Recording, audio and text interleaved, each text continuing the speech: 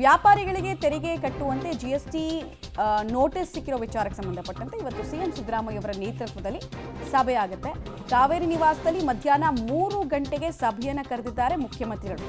ಇದರಲ್ಲಿ ಸಹಜವಾಗಿ ಈ ಕಮರ್ಷಿಯಲ್ ಟ್ಯಾಕ್ಸ್ ಆಫೀಸರ್ಸ್ ಯಾರಿರ್ತಾರೆ ಅವ್ರನ್ನ ಕರೆದಿದ್ದಾರೆ. ಹಣಕಾಸು ಇಲಾಖೆ ಅಧಿಕಾರಿಗಳು ಕೂಡ ಸಭೆಯಲ್ಲಿ ಭಾಗಿಯಾಗ್ತಾ ಇದ್ದಾರೆ. ವ್ಯಾಪಾರಿಗಳಿಗೆ ತೆರಿಗೆ ಕಟ್ಟುವಂತೆ ಜಿಎಸ್ಟಿ ನೋಟಿಸ್ ಕೊಡ್ತಾ ಇರುವಂತಹ ವಿಚಾರದಲ್ಲಿ ಯಾವ್ಯಾವ ಡಿಪಾರ್ಟ್ಮೆಂಟು ಕನ್ಸರ್ನ್ ಡಿಪಾರ್ಟ್ಮೆಂಟ್ ಆಗಿದೆಯೋ ಅವರೆಲ್ಲರೂ ಕೂಡ ಮೀಟಿಂಗ್ನಲ್ಲಿ ಪಾಲ್ಗೊಳ್ತಾರೆ ಅನ್ನೋದು ಮಾಹಿತಿ.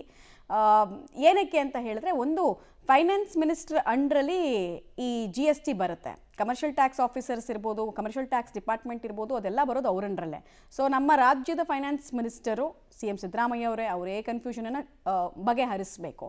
ಆಮೇಲೆ ಅವರೇ ಒಂದು ಟಾಸ್ಕನ್ನು ಕೊಟ್ಟರು ಅಂತ ಕಮರ್ಷಿಯಲ್ ಟ್ಯಾಕ್ಸ್ನ ಅಧಿಕಾರಿಗಳ ವಲಯ ಹೇಳುತ್ತೆ. ಯಾವಾಗ ಇದು ಕೊಟ್ಟಿದ್ದು?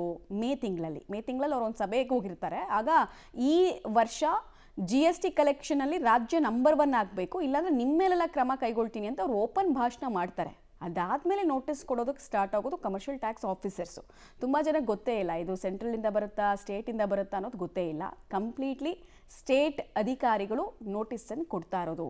GST ವಿಚಾರದಲ್ಲಿ GST ತಂದಿದ್ದು ಸೆಂಟ್ರಲ್ಲು, ಆದರೆ GSTಯ ಟ್ಯಾಕ್ಸ್ ಕಲೆಕ್ಷನ್ನ ಜವಾಬ್ದಾರಿ ಇರೋದು ಸ್ಟೇಟ್ ಕಮರ್ಷಿಯಲ್ ಆಫೀಸರ್ಸ್ಗೆ.